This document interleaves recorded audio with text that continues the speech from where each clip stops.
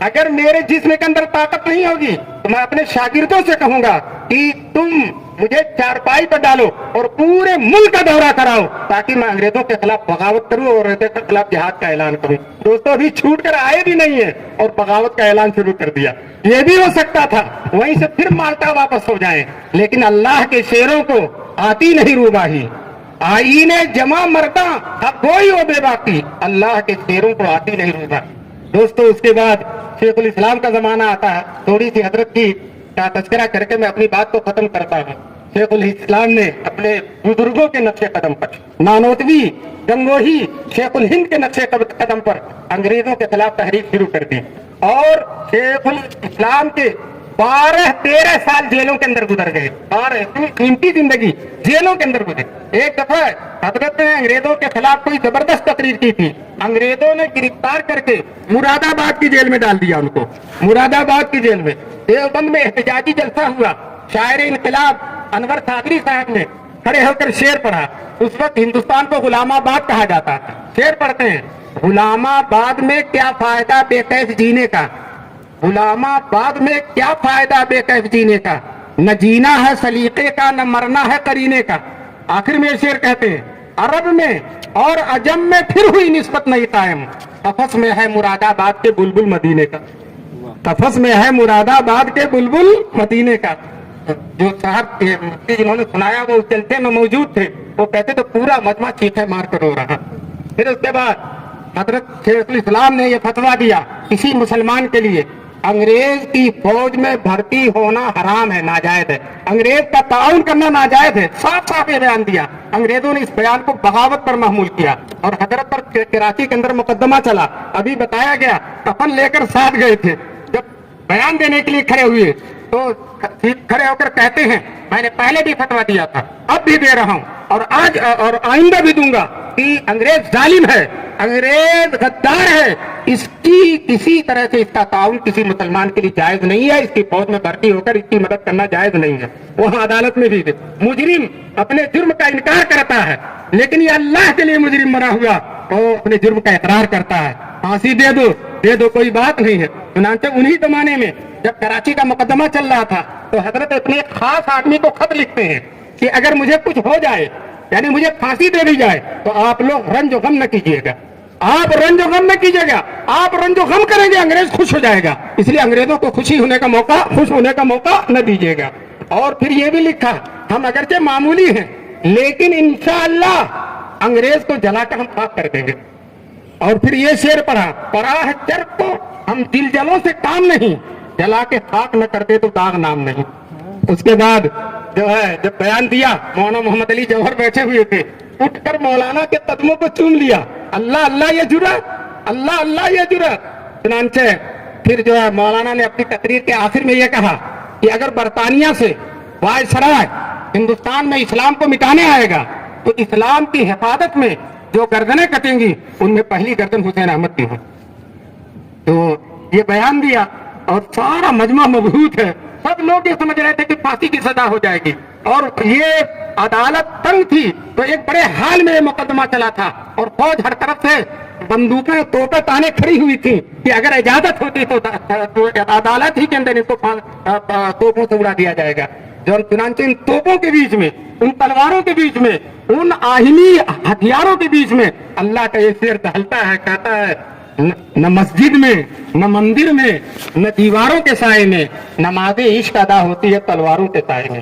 چنانچہ جو ہے انگریز نے جو سزا دی وہ یہی سزا دی کہ ان کو 2 سال کی قید با مشقت دی جاتی ہے. 2 سال وہاں رہے, پھر چھوٹ کر آ گئے اور پھر کوشش کرتے رہے یہاں تک کہ انگریزوں کا کان پکڑ کر ملک سے باہر نکال. سہیل صاحب کہتے ہیں اللہ یہ فیض تو آئے مدنی کا, حضرت مدنی کی دعاؤں کا فیض ہے کہ آج پورا ہندوستان آزاد ہے. اللہ تبارک تعالی ہم سب کو اپنے ان بزرگوں کے نقوش قدم کو پڑھنے, سمجھنے, سیکھنے اور ان کے مطابق چلنے کی توفیق نصیب فرمائے. وآخر دعوانا